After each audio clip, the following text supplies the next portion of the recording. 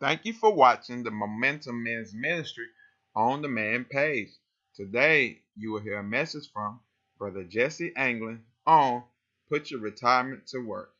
Now, prepare your hearts and minds for the scripture and the message for today. Enjoy. Philippians 4:19, and my God will meet all your needs according to his glorious riches in Christ Jesus. I wanted to spend a little bit of time today. Won't be before y'all too long, but I wanted to talk about specifically putting your retirement plan to work.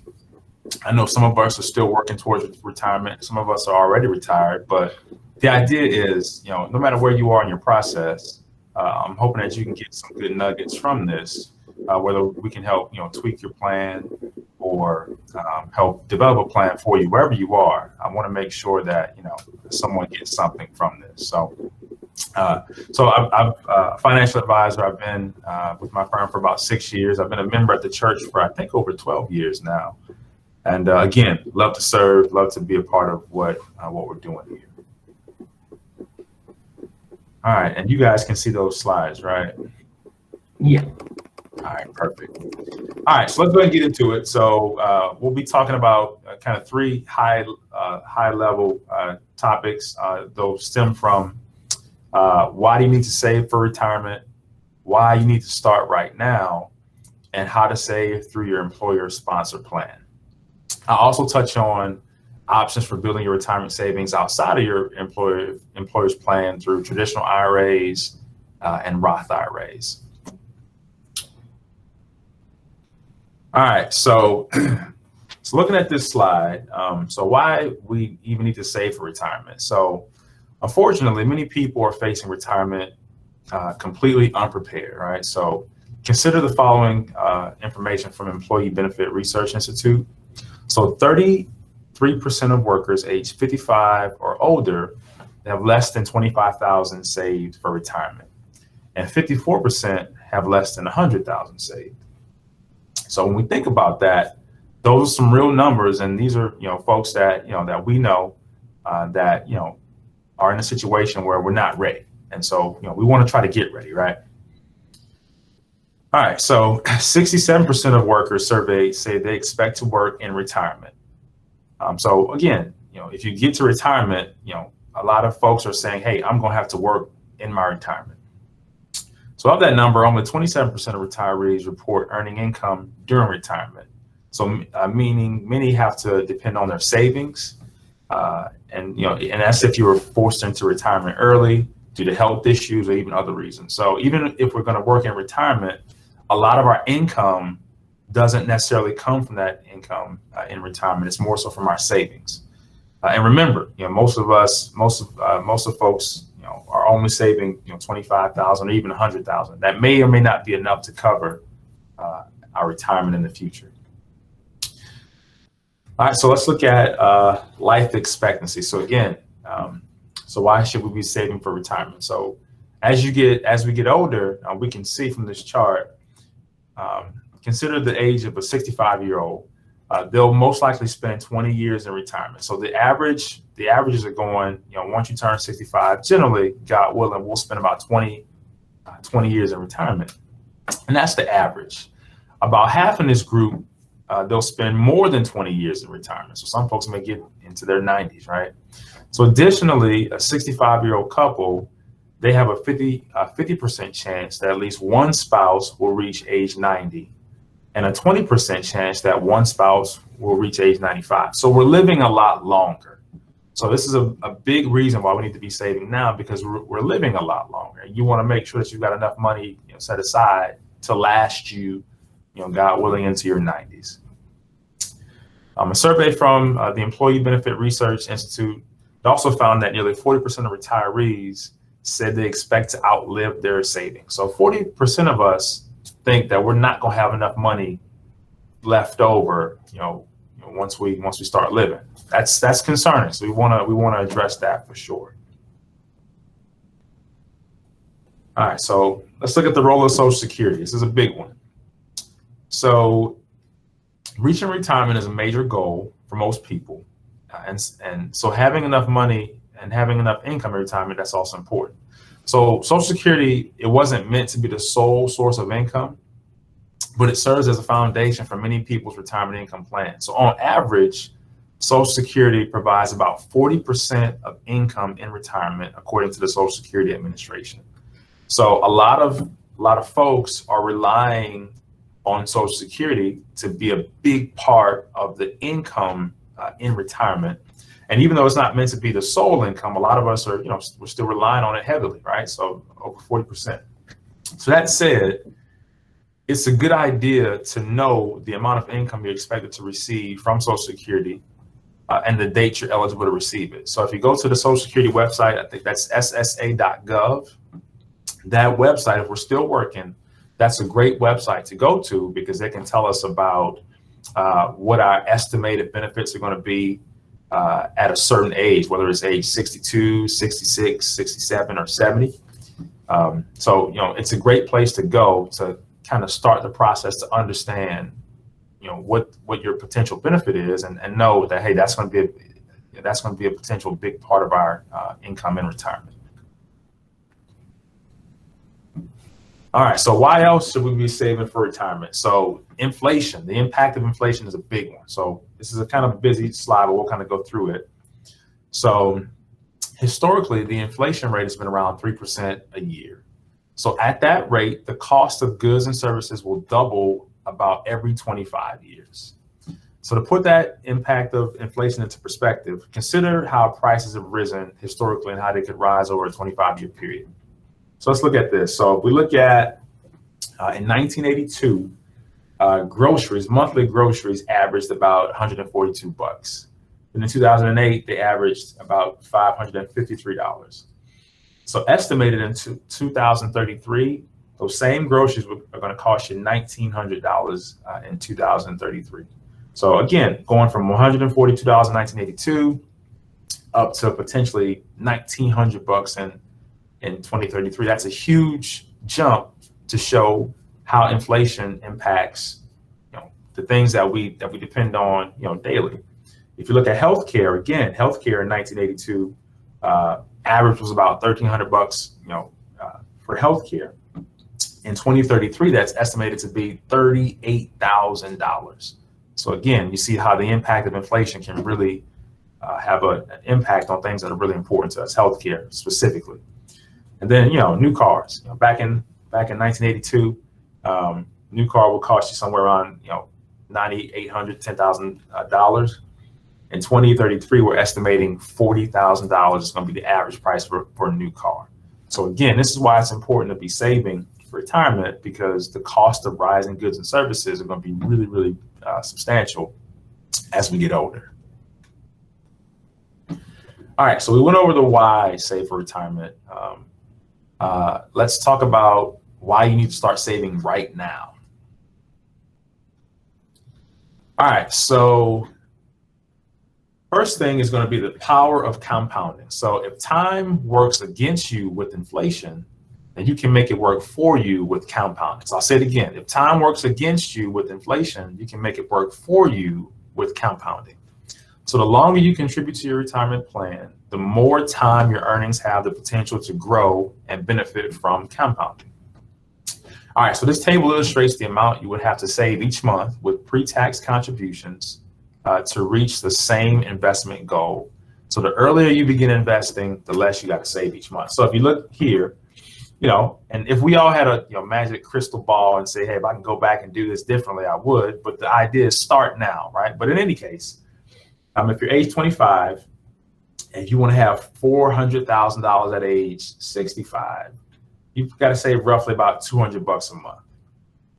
And we're assuming 6% gain compounding. If you're 35, you got to save $398 to get $400,000. If you're 45, you got to save $865,000 to get to $40,000 by age 65. And if you're 55, you got to save $2,400 a month to get to $400,000. So as you can see, compounding can work for you the earlier you start. So again, I'm not 25 anymore. I wish I was, but the idea is you start where you are. You start now, because the sooner you start, the better compounding can work for you. The sooner you start. All right, so again, waiting to start funding your retirement plan can be costly. So let's look at another hypothetical example. All right, so let's take, in this example, you got a 30-year-old. Let's say he contributes $6,000 each year to his IRA. And then once he turns 50, he'll contribute another $1,000. So assuming a 7% rate of return, if he starts contributing at age 30, he'll have $986,000 in his account.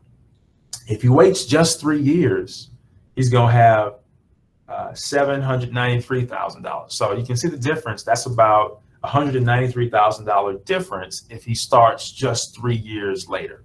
So again, starting earlier will be helpful. If that same person starts at age 35, he'll have $685. But if he starts 3 years later at age 38, he'll have $548,000. So there's a big difference there. And again, starting at age 40 to age 43, you see the differences there.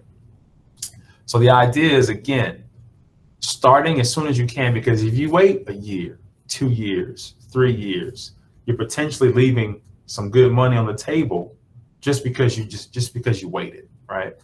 So the sooner we can start, the better it's going to be for us long term. All right, so we talked a little bit about why to save now. So how can I save? All right, so let's talk about that a little bit and unpack that. So your employer's retirement plan is going to be a great way to begin. Anybody I talk to, I always tell them, hey, start with what you have. And in most cases, if you have an employer 401k or 403b or 457 plan, you want to start there. If you don't have one, we'll talk about that here shortly. But the idea is start where you are. If your company has a plan, that's going to be one of the best places to go.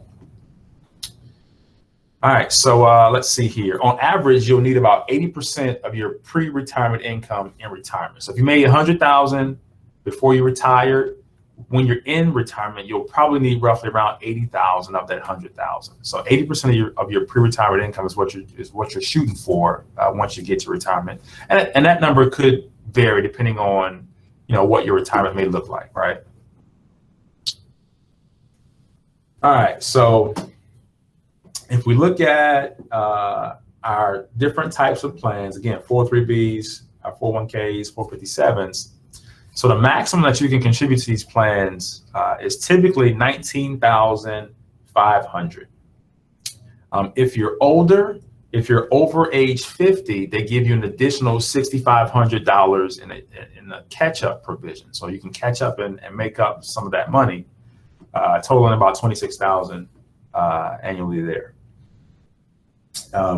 In most cases, oh, and remember, these funds are scheduled for retirement. So if you take money out of your accounts before you turn age 59 and a half, you're subject to a 10% early withdrawal penalty and taxes on top of that.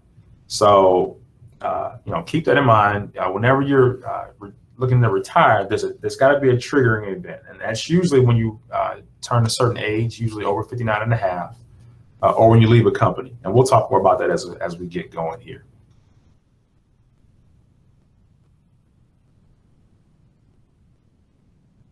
All right, let's see here. All right, if your company has a simple IRA, so simple IRA is going to be, it's a retirement vehicle, not as robust as a 401k or a 403b plan, but the idea is in the simple IRA, you can put aside $13,500 in the simple IRA if your company offers that. If you're over 50, you get an additional $3,000 annual contribution, bringing your total up to $16,500. And again, you've got to be, and also with those plans, those simple IRAs, usually your employer offers a 2% match on anything that you put in there, or a 3% non-elective contribution. And I'll go back to the 401ks as well. If your company is offering a 401k or a 403b, if they match, that's free money, right? That's free money that we didn't have before. So that's another reason why you want to put money into your retirement plans, because there's potential free money out there. Again, with these simple IRAs, you're subject to an early withdrawal penalty. It's usually about 10% with those as well. too. So you want to be mindful of that. 59 and a half is going to be your number or your age where you don't have to worry about paying any taxes. I'm sorry, paying any penalties on the money that you take out of your accounts. All right, so let's talk about a little bit about tax advantages. So saving for retirement through your employer plan offers important tax advantages, right? So contributions to your 401k, 403b, your simple IRAs, your 457 plans, they're traditionally pre-tax. So that means that you put that money into that 401k plan, and that's money that you're not being taxed on right now. So that means each dollar you put into that account, it reduces your taxable income for the current year. So that means, hey, I'm not paying as much money on taxes, and that's a good thing. In addition, your contributions grow tax deferred. So you don't pay taxes on that money until you take it out. So you put money in pre-tax, you don't pay taxes on that money just yet. And the gains grow tax deferred. That's a huge benefit when we're planning for retirement or when we're trying to maximize what retirement looks like for us. All right, so a quick example, but I like this one because it makes us think. So some folks say, hey, Jesse, I just don't have enough money to put into my retirement plan right now, or I can't put more money in. If you look at the numbers, this could be helpful. So we got somebody who they get paid bi-weekly, so $2,000, and they don't put into their 401k or their retirement plan. So $2,000 bi-weekly, no contribution. They get taxed on their money. They take home about $1,440. If you put that same person puts $100 into their pre-tax 401k or their retirement plan, if you look at the numbers, they'll take home about $1,368. So there's only a difference of $72 a month. I'm sorry, a pay period. So I tell folks, if you just set something up to where as you're taking money out of your account, eventually you're going to see it's not that big of a difference. And after a while, you won't even miss that money anymore. As humans, we find ways to adjust and do things a little bit differently. So I tell folks, put something away because you'll find ways to adapt and adjust and you won't even miss that money. And before you know it, you look up and you'll have a good nest egg in your account because you put money aside. But the difference, like I said, putting $100 a month, $100 per pay period of a month, roughly in this example, is only $72 difference. And I'm sure we can find ways to make that work, right? So that's a good one. It doesn't take much. A lot of folks think too, I've got to have $1 million right now, or I won't make it to retirement. But it starts by putting a little bit aside every time you get paid. You get to be a millionaire or have tons of money because you do the small things all the time as opposed to trying to get something big to happen. All right, so let's talk about Roth after-tax contributions. So some retirement plans, they offer a Roth 401k, or even there may be some Roth 403bs out there. So in a Roth account, you pay taxes on the money before you pay taxes on the money first. So in a pre-tax retirement plan, you don't pay taxes on that money just yet. In a Roth, you do pay taxes on that money, but the gains grow tax deferred like they do in a regular 401k plan. So you pay taxes on the money, the gains grow tax deferred, but then when you take that money out, it's all tax-free income. That's huge. So remember, when you put money into your 401k, your simple IRA, your 403b, you take money out, you get taxed on that money. In a Roth K, you don't pay any taxes when you take money out. So that's a huge advantage, especially when we talk about being in retirement and not wanting to throw our taxable income up to a different tax bracket. Roth 401ks can be a huge component to that. Again, you got to have those triggering events, right? So you got to be at least 59 and a half in order to do that. Otherwise, you'll pay a 10% penalty and taxes on that money. So remember, for retirement, the Roth is great, but it's made specifically for retirement. So unless you take money for retirement, you're subject to that penalty when you take that money out. So keep that in mind as well. Let's see here.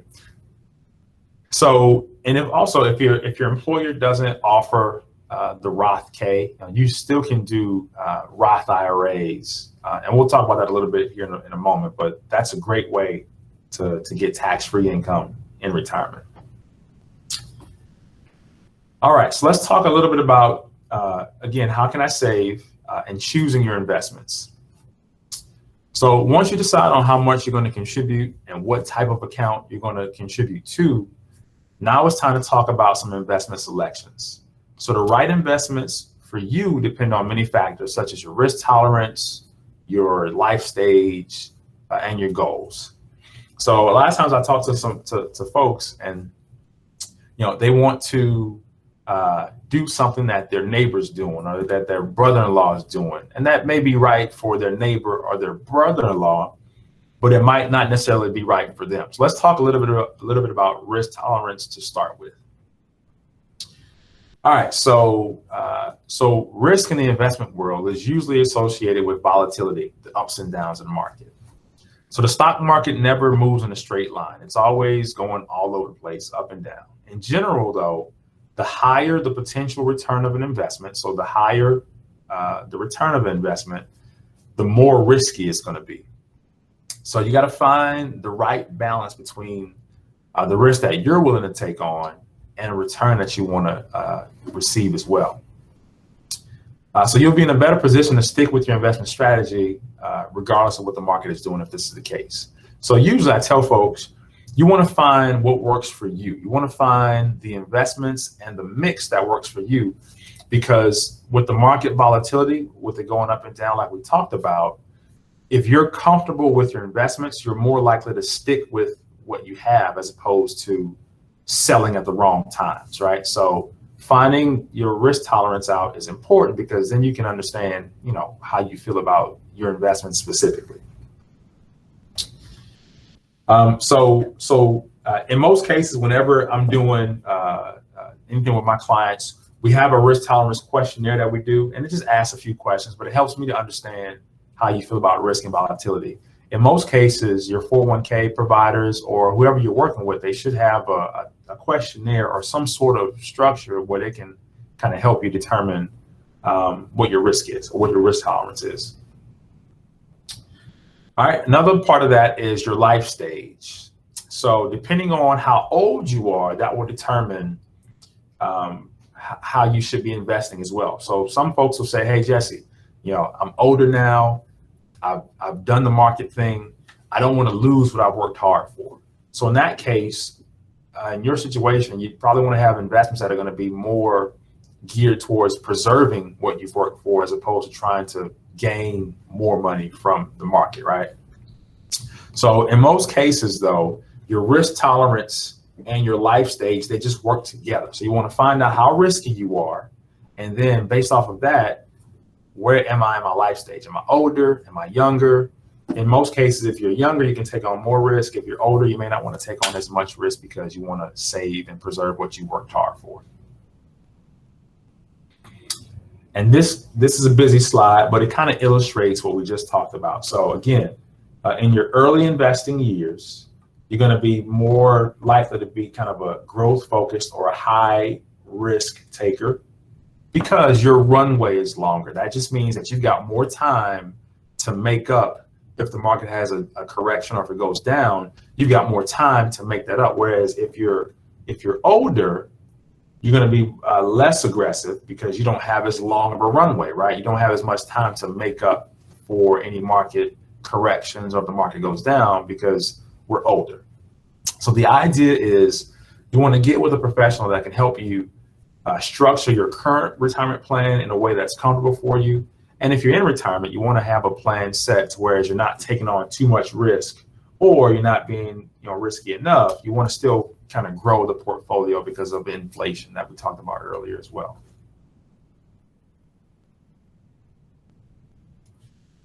All right, so just to give you an idea, I'm not gonna get too much in the weeds here, but I like this slide because it shows how you can break down your investments. And again, I'd say get with a professional or someone that can help kind of break this down a little bit more for you specifically. But the idea is, in a growth focused portfolio, you're going to be more of a higher risk taker. So you're going to have about 80% of that money that's in your account. 80% of it roughly is going to be in the stock market. It's going to be in growth kind of investments. A smaller portion, 20%, is going to be in bonds or things that don't move very much, right? So growth focus, you're going to be higher risk, 80% equity, 20% fixed income. But in a balanced growth and income portfolio, it's going to be less aggressive, right? So as we get older, sometimes you may want to shift to a 50-50 portfolio. So instead of 80% equity, maybe you want to go 50% equity. This all depends on how you feel as an individual investor about risk and volatility, and then where you are in your life stage as well. So these things are all important. Again, it's kind of a busy slide, but the idea is you want to get to a spot where you're breaking your investments down depending on where you are with risk and your life stage there. All right, so we touched a little bit on traditional IRAs and Roth IRAs. So if you don't have a company 401k plan or a company retirement plan, but you're working and you have income, you can still invest in a traditional IRA or a Roth IRA. All right, so with the traditional IRAs, they're similar to a 401k in the sense that your contributions can be tax deductible depending on your income level. So you put money into a traditional IRA. Depending on how much you make, you can take whatever you put in and deduct it from your income.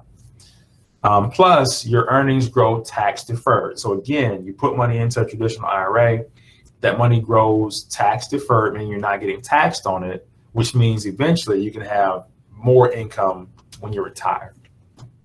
Again, you've got those triggering events, so you got to wait to age 59 and a half before you take money out, or you'll be subject to a 10% penalty if you take it out early.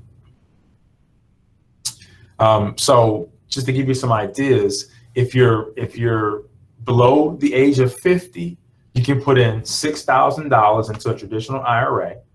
If you're over the age of 50, you can put in an additional $1,000 to catch up. So just like your 401k, your traditional IRA, you can put money in and you can also catch up depending on how old you are. Same thing with the Roth IRA. So the Roth IRA, again, if you have income, you can put money into a Roth IRA.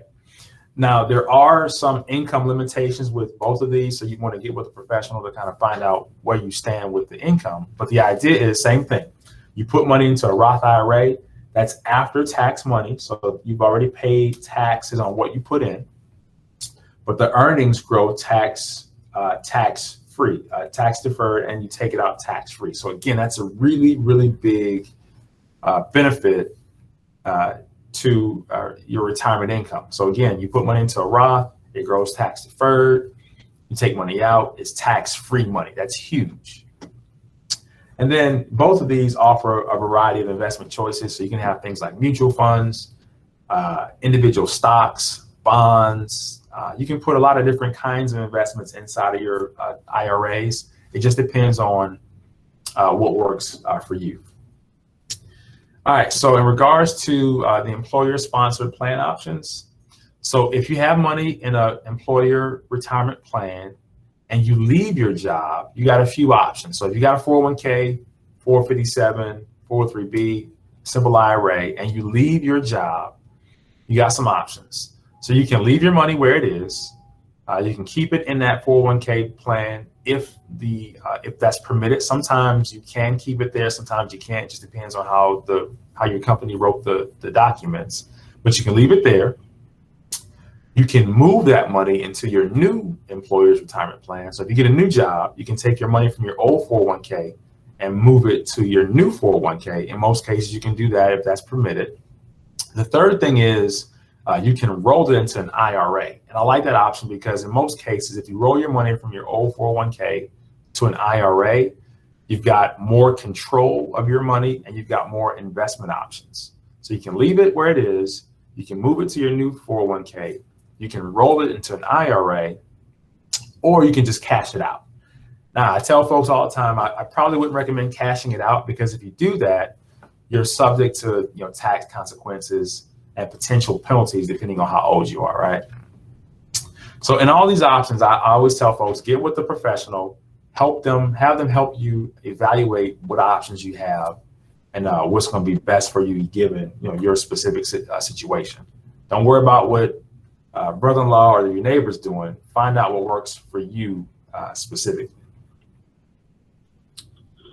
All right. So last part is enrolling in your company's plan. So if you got a company and they've got a plan, the best place to go is to like HR to find out how you can do it. But in most cases, you want to schedule a one-on-one enrollment meeting with your HR people. You want to do the risk tolerance to see where you fit on the risk level. You want to look at your investment options, and then you want to evaluate your choices. So in most cases, I tell folks at HR, they can help you with all these different options. And also, it's a good idea too, if you've done this already, you want to at least look at it once a year. You want to see how it's doing, and you want to see if you can maybe shift some of your investments to other kinds of investments.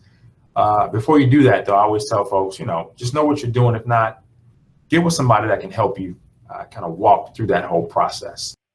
Thank you for watching. If you would like to join one of our live sessions, then please go on Facebook, type in Momentum Men's Ministry, and like the Momentum Men's Ministry that has the gold M as its symbol.